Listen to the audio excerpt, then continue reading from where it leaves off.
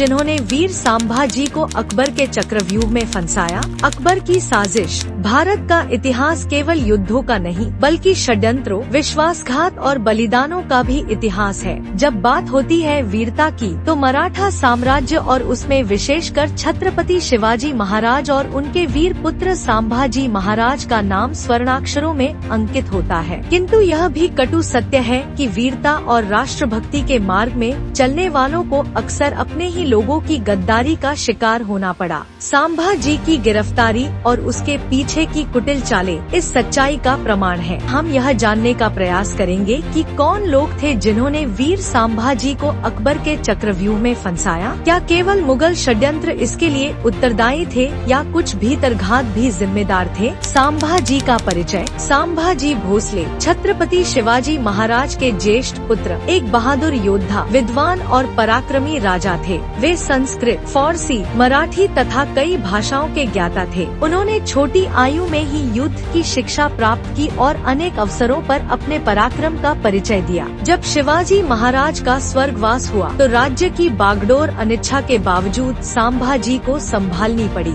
उनके शासन काल में मुगलों की शक्ति अपने चरम पर थी। औरंगजेब स्वयं दक्षिण भारत में डेरा जमाकर मराठों को कुचलने की योजना बना रहा था। संभाजी और मुगलों के बीच टकराव। शिवाजी महाराज के समय से ही मराठा और मुगलों के बीच संबंध संघर्षपूर्ण रहे। शिवाजी ने मुगलों की नाक में दम कर रखा था और यह स्वाभाविक था कि उनके उत्तराधिकारी को मुगलों से सीधा टकराव झेलना पड़ेगा। औरंगजेब को विश्वास था कि शिवाजी की मृत्यु के बाद मराठा शक्ति बिखर जाएगी, परंतु संभाजी ने उसे गलत सिद्ध कर दिया। उन्होंने लगातार मुगलों की नाक में दम किया और उनकी अनेक योजनाओं को विफल किया। यही कारण था कि औरंगजेब ने संभाजी को बंदी बनाने और मराठा शक्ति को समाप्त करने के लिए विशेष योजना बनाई। षड्यंत्र की भूमिका। कौन था गद्दार? इतिहासकारों के अनुसार संभाजी की गिरफ्तारी केवल युद्ध का परिणाम नहीं थी बल्कि एक सुनियोजित गद्दारी का परिणाम थी। मुख्य गद्दारों में एक प्रमुख नाम आता है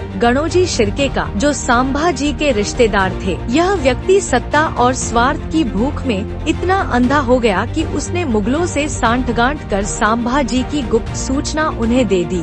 गणोजी शिर्के ने मुगलों को बताया कि संभाजी कहाँ विश्राम कर रहे हैं, उनके साथ कितनी सेना है तथा उन्हें कैसे बिना युद्ध के बंदी बनाया जा सकता है। इस गद्दारी की कीमत राष्ट्र को बहुत भारी पड़ी। गिरफ्तारी की घटना। साल 1689 में संभाजी अपने सेनानायक कवि कलश के साथ संगमेश्वर में थे। यहाँ वे एक रणनीतिक योजना बना रहे थे। तभी मुगलों ने अचानक हमला कर दिया। इस हमले की गुप्त जानकारी उन्हें गणोजी शिर्के द्वारा ही प्राप्त हुई थी। संभाजी ने बहादुरी से संघर्ष किया, लेकिन उनकी सेना बहुत कम संख्या में थी और उन्हें तैयारी का मौका नहीं मिला। अंततः वे बंदी बना लिए गए और औरंगजेब के शिविर में ले जाया गया। बंदी के बाद अपमान और शहादत। औरंगजेब ने संभाजी को बंदी बनाकर अपमानित करने का प्रयास किया। उनसे इस्लाम स्वीकार करने का प्रस्ताव दिया गया, जिसे उन्होंने सिरे से ठुकरा दिया। परिणाम स्वरूप उन्हें अमानवीय यातनाएं दी गयी, उनकी आंखें निकाली गयी, जीभ काटी गयी और अंत में नृशंस हत्या कर दी गयी। यह घटना भारत के इतिहास में न केवल एक वीर योद्धा की शहादत का प्रतीक है, बल्कि यह भी दर्शाती है कि राष्ट्र की पीठ में छुरा घोंपने वाले अपने ही होते हैं। पहले खंड का सार। इस पहले खंड में हमने संभाजी के जीवन,